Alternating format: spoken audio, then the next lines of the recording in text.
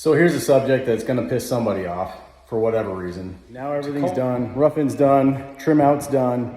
This is the testing and caulking stage for me.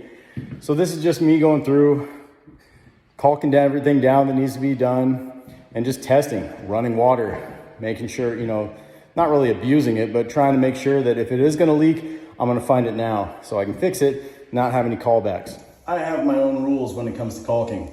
You got clear, you got white, sometimes biscuit, not really anything else that I'm gonna use. Biggest thing, use a freaking good sponge. Use a good grout sponge. Don't use some stupid Scotch pad or toilet paper or a towel. Use a good sponge, that'll help you out tremendously. For me, the color of the caulk that you're gonna use really depends on the backsplash, on the granite countertop, whatever you're caulking to. It depends on the color of this.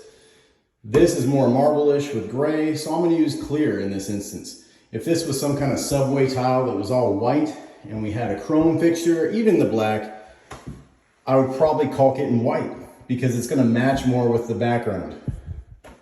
That's really what I'm going for here.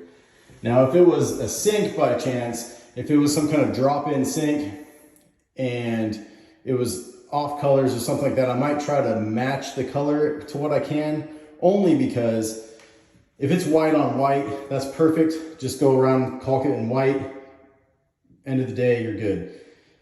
But if the countertop was dark and the sink was dark or something like that, you could do clear. But just depending, the countertop really has to be dark if you want to do clear caulk on a sink like that. If you do clear caulk on a sink and it was like white on white, you're gonna have that dark shadow ring around it and that's gonna look kind of bad. So that's my opinion. Now you're just gonna cut the tip. Just gonna cut the tip. Doesn't really matter. Doesn't have to be all pretty. You're just gonna go around a little bead all the way, not all the way around. Nope, not all the way around at all. I'm just gonna go a little bit and that's probably plenty. You wanna make sure your sponge is a little moist. And I'm just gonna use my finger. And I'm gonna go around like that. Now, this bottom section, I'll show you in a second, has a gap. You don't wanna caulk that. But it's there. See that little gap right there? Under the E and the L? That's so any moisture that gets in behind there can actually leak out. And that's what you want. You don't wanna caulk that gap. And then with the moist sponge, I'm gonna go around this like that. And that took probably too long because I'm shooting a video. But look, now it's nice and silicone. Look at that. We can even clean this out with our finger a little bit because you gotta work for the money. Now it's nice and sealed. That's what I do. It's nice and sealed. It's pretty. And then guess what? Since that's clear, it's gonna turn clear when it dries.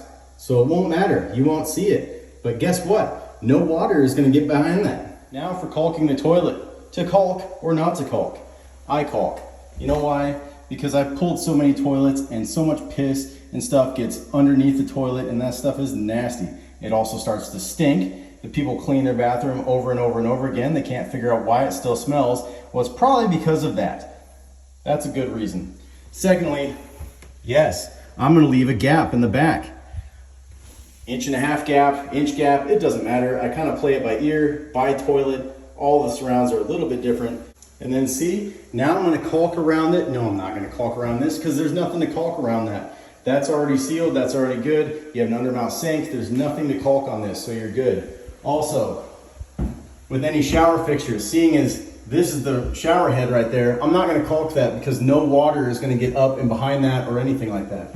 Should you have body sprays or a wand or something on the wall, anything lower really than the shower head, I'll caulk that sometimes or silicone it, depending on what it is. And lastly, for a tub shower, there's no reason to caulk the overflow because the overflow has that pad in the back that's keeping it sealed. I do caulk my tub spouts. I'll just go around. Again, there's a gap on the bottom. I don't know if you can see that. For the Allen wrench or whatever back there, I don't caulk all the way around. I maybe caulk to the lower third and go around. That way any water that does get on here just goes down It's not gonna get back up into the wall. I'll caulk my trim plate there and then not the shower head. Again, because this is a gray tile with a black trim, I'm gonna caulk it in clear and not white because I don't want it to be seen. Same for this toilet. This toilet is white with gray, so to me that doesn't really matter if you do clear or white, to be perfectly honest. Okay, so I just caulked this. Can you see the real thin white line in there? Kind of barely. Well, it's gonna turn clear and then you're never gonna see it, okay? So that's why I just go the extra mile. I wanna seal everything. I don't want anything, any kind of water possibly getting back behind there. That stupid little foam ring that's behind this trim plate doesn't do jack. So just go the extra mile, make sure it's clean. Look at that, even on the tub spout, that's gonna turn clear. You'll never see it, it's so thin, but it's gonna help seal that up real nice. My tub spouts are nice and tight to the wall. It's not moving or budging anyway. So this thing is gonna end up real clean and look pretty.